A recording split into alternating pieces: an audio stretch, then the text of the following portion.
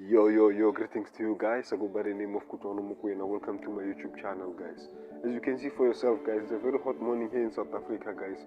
When we are experiencing this weather, guys, you can see the variety between these two spinaches here, guys. One is growing healthy and one is suffering, guys. So it can either be the problem of water or fertilizers, or it can be the problem that we have to prune the leaves that are suffering, guys. So as you can take a look here, guys, this spinach here, guys, it's showing that it's starting to dry up, guys. And when you take a look here, guys, this one is very clear.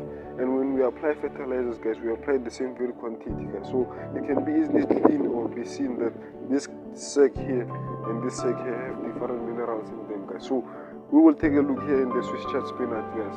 Some of them are suffering there and some of them are not suffering there. So I'm going to show you how we can prune the leaves of the spinaches, and then from there you will see how they will grow further and further, guys. And I will show you the results in a new video that will be coming in the near future, how these spinaches will be growing very healthily. So we will take a look at the whole garden, guys, and I'll show you the view and all the overview, guys. So thank you very much, guys. Let's go through it.